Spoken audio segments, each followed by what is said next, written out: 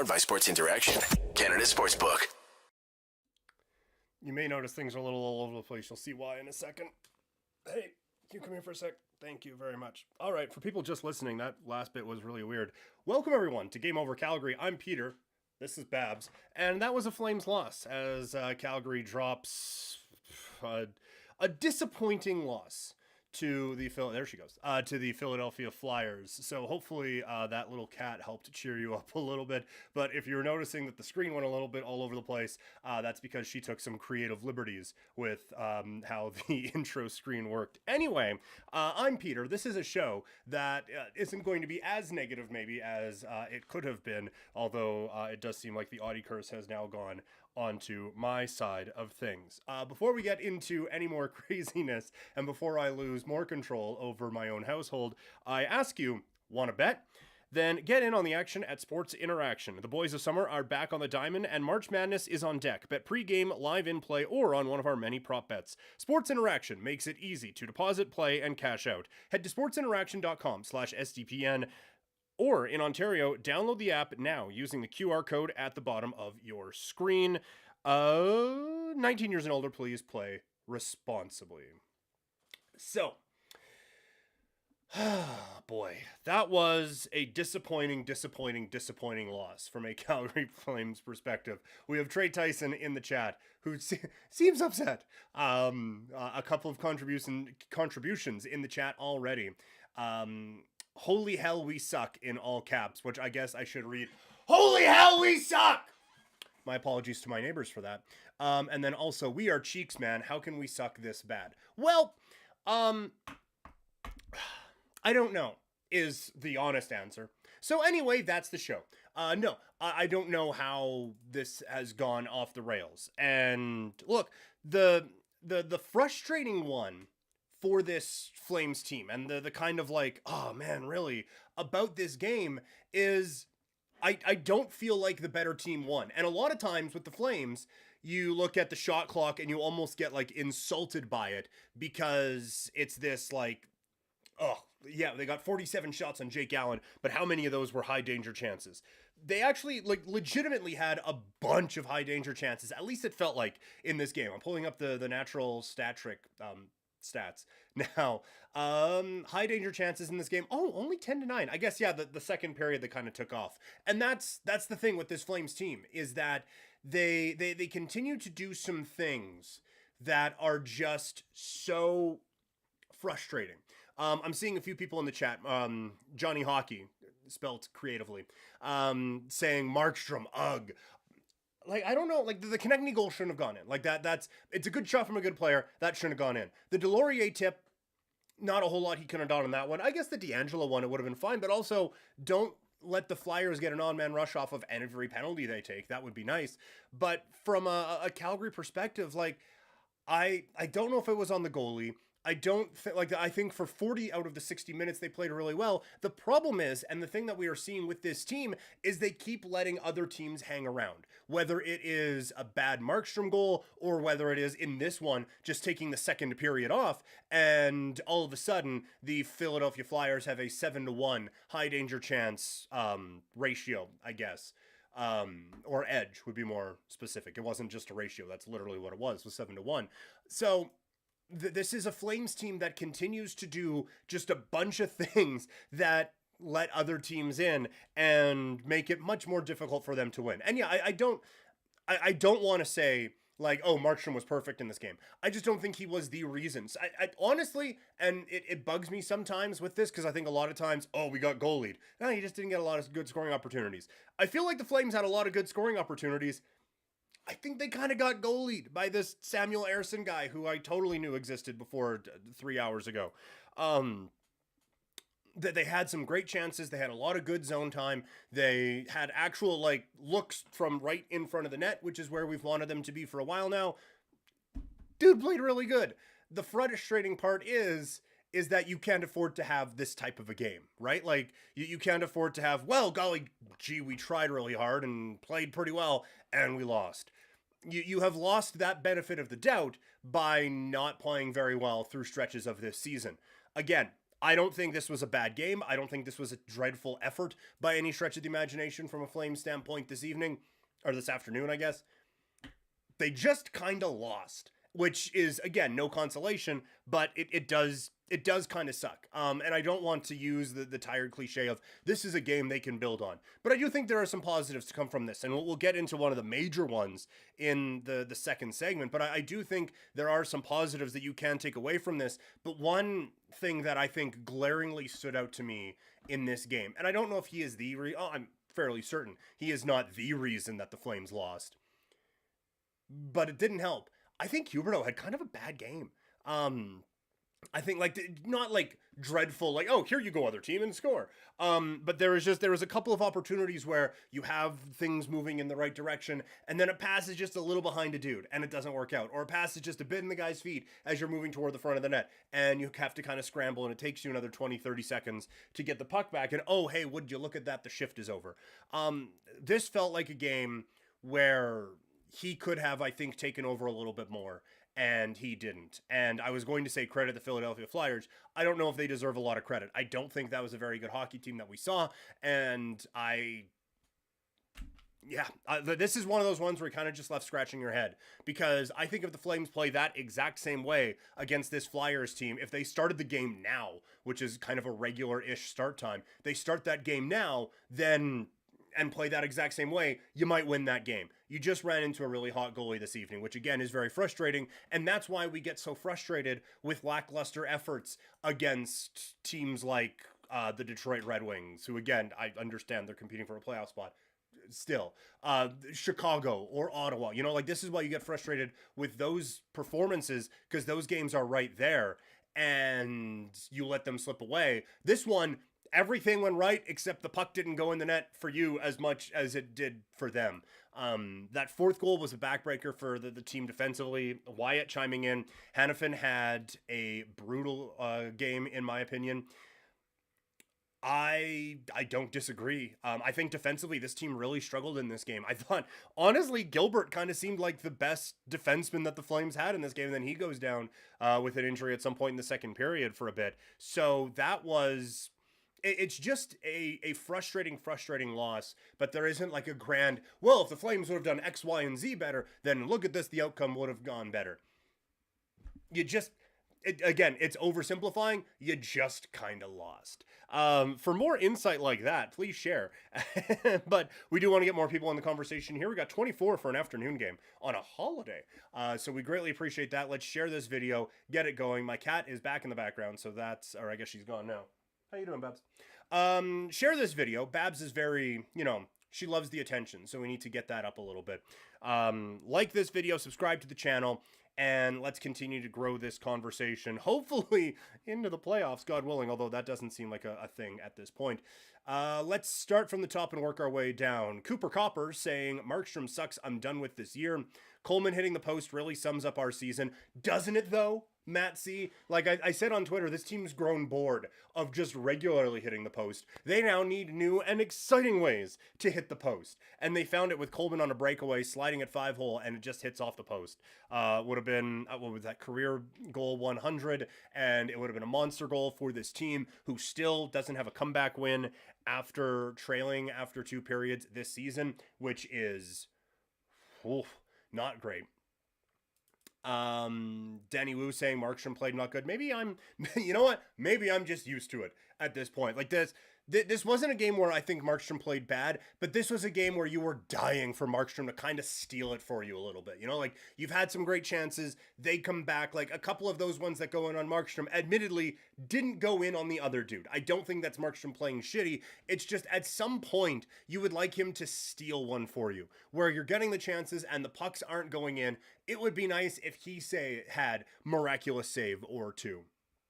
Left-handed penman, most posts of any team I've heard, missed the first 2 periods, didn't even want to tune in, on brand for this franchise to give me hope but just kick me in the guts. Noah Adler, friend of the program, thank you for tuning in to what was another episode of Perpetual Mediocrity. There's little doubt the Flames came up short, although versus the Flyers, it had more to do with subpar D than offense that I thought might go ice cold. Yeah, the defense did not play well in this game. That's really, really clear. The defense really struggled in this game. And I think that kind of brings me to talking point number 2, or I guess segment number 2. Keep the chats coming in there. Ram D saying Markstrom is awful. All right, I will grant you that. Look, what do I have to say in that debate? No, how dare you? He's been phenomenal this year. I don't think he was awful in this game. This season has been really bad, but in this game, I don't think he was awful. I just think there was a couple of times where, boy, it would have been nice if he could have kind of stolen it from you, or stolen it for you a little bit. But you look at now, like the defense struggled. Stone's going to be out for a bit. Gilbert, I thought, was fine. Zadorov, it was another game where I didn't notice him unless it wasn't very good. If you are going to make a move, if the Flames, and I still think the Flames are in the buyer's category, even though, again, perpetual mediocrity and all of those sorts of things, I do think that this is a Flames team that, given their roster construction and ownership and proximity to a playoff spot, is going to be more in the buyer category than in the seller category. So if you're going to make that type of move, I don't think you can wait another 2 weeks to do it deadline day. If you want to make a move on that day, then fine. But if you want to go and really address something on this team, I think it has to be now. I think if you wait a couple of weeks, then it might be a couple of weeks too late. Like it's been talked about in this market almost to the point of beating it into the ground. But the next few games for this team, save for literally the next one, are extremely difficult. And that's another reason why this loss today is really frustrating. But if you're going to go out and really make a run for it and really try to address things for this team, it has to be like tomorrow, because this team, A, needs all the help they can get standing wise, B, needs all the help they can get on the ice. Like, it is becoming abundantly clear that this team isn't good enough. And I know that leads to the question, well, why would you try to make them good enough anyway? See what I said before. This is an ownership group that focuses on one thing and one thing only, and that is squeaking into the playoffs. This is a team that was built for getting into the playoffs.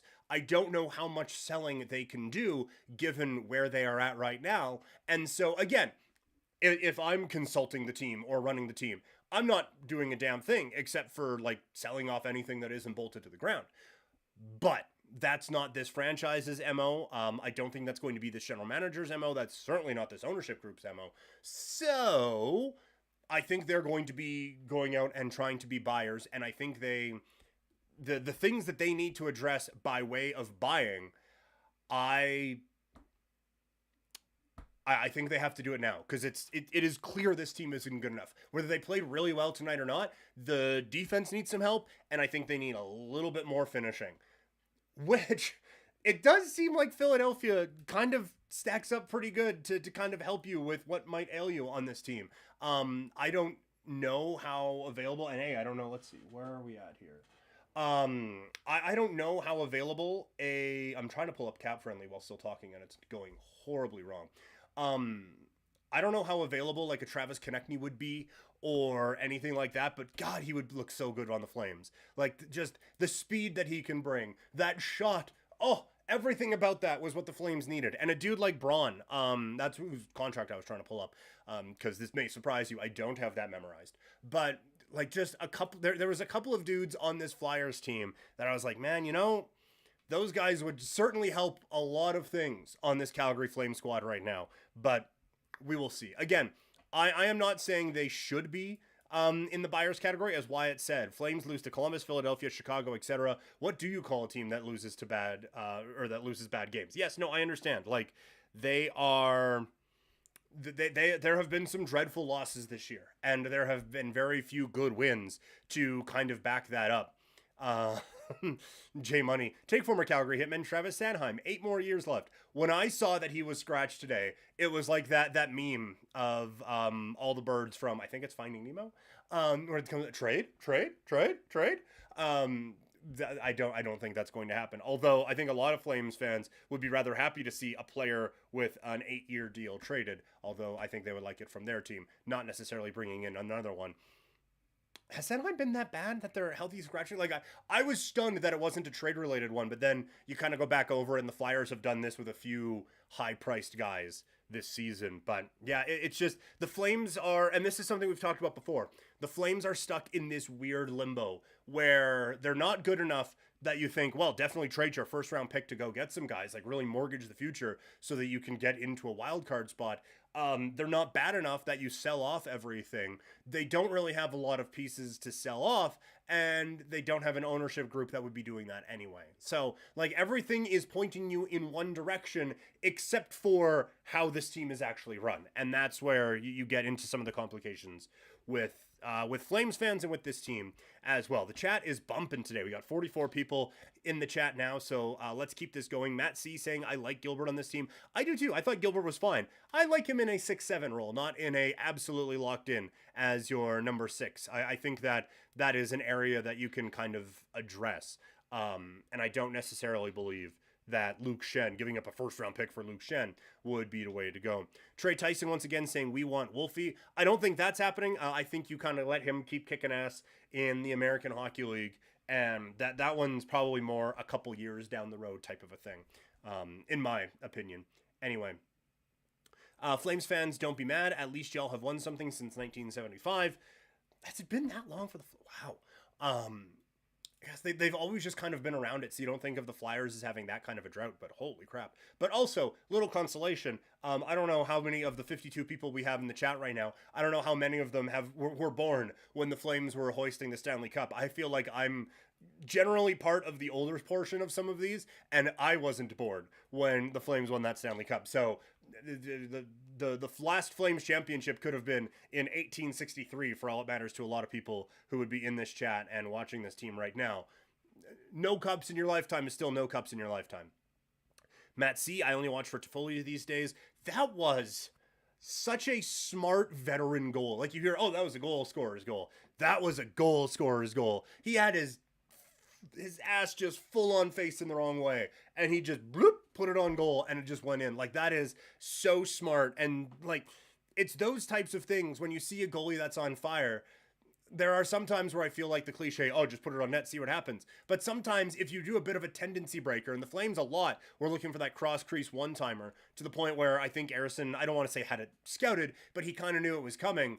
That is not a spot you're expecting him to shoot from. So I every now and then I like those, and it absolutely worked for Toffoli. He has been great. Wyatt, good to see Hubie at least shoot it. That's fair.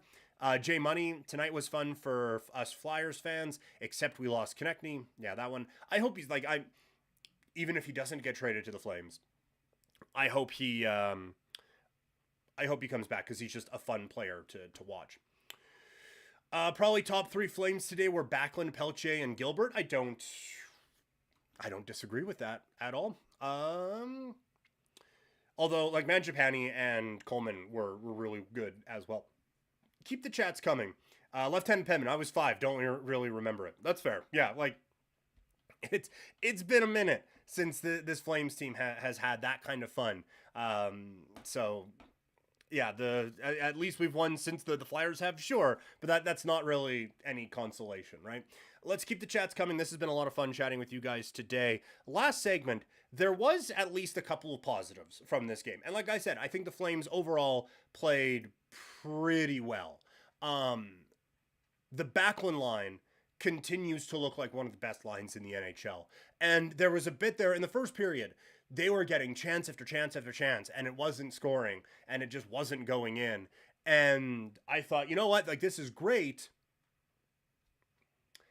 It'd be nice if the other lines got in on it too. And Toffoli ends up scoring, and I think that line actually had a pretty good day. And as mentioned before, I think Pelche had a pretty good day, but I thought that the Huberdeau-Kadri pairing could have helped them out a little bit more, right? So I looked at that performance from the what I still call the third line. It's probably the top line, because it's the best line the Flames have going, and one of the better lines in the NHL. I just wish there was more of it going. And I get worried. Like, I don't want to break that line up, because we did that already, right? Beginning of the year, you have a couple of lines that are going well, but we can't get this top line figured out. So let's fuck it with everything.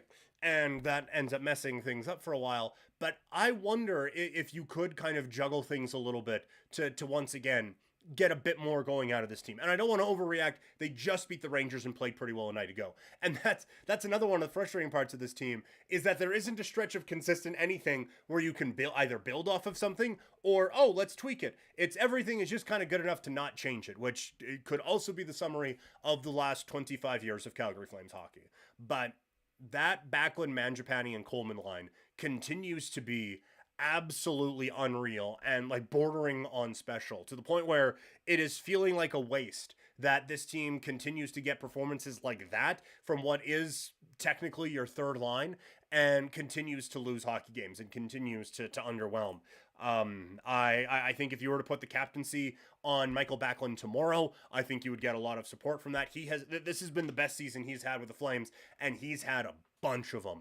And it was just such a breath of fresh air and such an energizing force for this whole team to have Michael Backlund rolling like that and to have that line rolling. It really, like, you could see that kind of bled into the next line shift, Like, they were really going. And in the third period, after that, they had a bit of a lackluster second. It was that line again that I think got things going. Among some of the other negatives from this game, the power play is becoming I'm not even going to say is becoming. The power play continues to be a great liability for this team. Like, it's cliche, oh, you'd think they want to decline the penalties like they can in football. But really, it kind of feels like that, right? Like, really, this is a team that the power play, and look, it looks pretty now, at least. Like, I remember at one point in the season, I asked the question, like, if you were just playing against pylons, what is the goal of this? At least you can see they're setting things up now, and they're getting a couple of opportunities, which is nice. They're still not scoring on them, though, which would really, really be a helpful thing. And then on two of them, the other team comes down and scores at as the penalty is expiring. Like, it was such a net negative for this team, and continues to be a net negative for this team all season long. That is one part of it I just do not understand with all the talent that the Flames have. Like, that one is the one part that really just continuously throws me off as to why it is struggling for the Flames. Jack Savage messaging in, did the Flyers win today? Yes, they did. Left-handed penman. I hear that the Backlund line being the best line in the NHL. McDavid, Matthews, Panarin, Pasta. How can you make that argument when those guys exist? Oh no, like there are more talented ones. I'm just saying, like, this line is playing so incredibly well right now. Like, look, if we had to draft lines tomorrow, yeah, it would be down a little bit. I'm just saying with how they are playing extremely well. That being said, maybe you do break that up to kind of mess with things a little bit and try to mix things up. Matt C., the gap between Kadri's best and worst is a concern, particularly for a guy his age and contract length. That is fair. You would like to see maybe a bit more consistency, and that's something I wasn't necessarily anticipating when the Flames got Kadri. I thought that would be a nice steadying force out there. Canadian Hunter 21. As a Canucks fan, condolences on Markstrom. I was sad when we lost him, but man, am I glad we didn't sign him. I know it's a dumpster fire in Van right now, but at least we don't have Markey locked up. Jack asking for the final score. It was 4-3 for the Philadelphia Flyers this evening over the Calgary Flames. Couple more minutes here. We'll do last call for things in the chat. To Kai number one, if there's even a 1% chance of Edmonton winning the cup, we should sabotage Edmonton's offer for Karlsson. No, I don't think the best offense is a good defense when it comes to the trade market. I think if you get Erik Karlsson, maybe it helps now, but that is a big contract that I think is going to be a little bit regrettable in the future. I think Karlsson is having the year of his life, and I don't know necessarily if this is going to be something that's sustainable for a while. And if you just did that just to fuck with your neighbors up north, that seems to be something that would put you in a bad spot. No, Jack, it was not in overtime. Moose Alien messaging in, fire Sutter. At this point, honestly, you're not going to get a whole lot of argument from me. I don't think he is necessarily coaching a style of hockey that works in 2023. I don't think that he has created an environment in a locker room that is maximizing the potential of his players. I thought it was really funny the other day when Alan Walsh, a co-worker of ours on SDPN, when Alan Walsh sends out the tweet saying that everything is so negative and so awful there right now. I thought it was noteworthy that a lot of people were saying, oh, that kind of stuff doesn't affect me. Oh, I didn't know he was going to send anything out. No one said, oh, what's he talking about? Everything's great. How could he say something like that? He couldn't be more wrong. Nothing in the history of wrongness has ever been more wrong than the wrongness that has been tweeted by this agent this evening. No one came out and said, hey, things are going well. No one came out and said, no, actually, like, it's been a bit of a we've had some losing ways, but you know what? Everyone has everyone's back, and we're going to keep moving this thing forward, and we're going to keep growing. Everyone just said, oh, I don't know. I didn't know he was going to send it. Did you know he was going to send it? I didn't know he was going to send it. That stuff doesn't affect us anyway. No one denied it. I thought that was very telling. I think there is a real problem in that locker room right now. And I don't know, like, I'm not in there, so I don't know how much of the blame pie goes to the coach. But I don't think he is a part of the solution right now. Again, that ain't going to happen. This team is not firing Daryl Sutter. Should they? Maybe. Are they gonna? Absolutely not. No chance. I will look, and I know I'm putting it out here rather definitively right now, and so if it actually happens, then maybe this clip comes back and it's old takes exposed. But I would be the most surprised person in this city if this Flames organization decided to start paying a fourth coach. I don't see it. Or is it four? It might only be. Either way, they really don't like spending extra money. And so they're not going to do that to fire this guy. Should they? I don't know. But I just don't see it happening. And so it's tough for me to get into that. But if it were me, probably would have been done already. I don't think he is the right guy for this team, for the team that has been built by Brad Treliving. I think it has always been an oil and water fit, and I think that fit is coming to an end at the end of the season. But I don't think it's Daryl Sutter who is going to be on his way out the door. One last call to share this video. If you missed any of this, you can watch the replay on YouTube, or we are available as a podcast. Get it wherever you get your podcasts, and remember to rate, review, subscribe wherever you listen to those. It's just Game Over NHL. A lot of great content coming out on that channel, and a lot of good stuff from the Steve Dangle podcast and the Steve Dangle podcast network coming out as we approach the trade deadline. So if that is all, that's going to do it for the program today. Thank you all so much for being a part of the chat. Always fun chatting with you guys. If you want some merch, you can barely see it, but I am wearing a SDPN shirt for you all this afternoon. You can get that at sdpnshop.ca. The next time you'll hear from Game Over Calgary will be after Calgary's next game. The Flames take on the Arizona Coyotes on Wednesday. Audie James will take care of you for that one. Once again, thank you all so much. Thank you to Sports Interaction. You can follow me on social media. I am at Primetime Klein on Twitter and Instagram, and I will talk to you all later. Game over! Powered by Sports Interaction, Canada Sportsbook.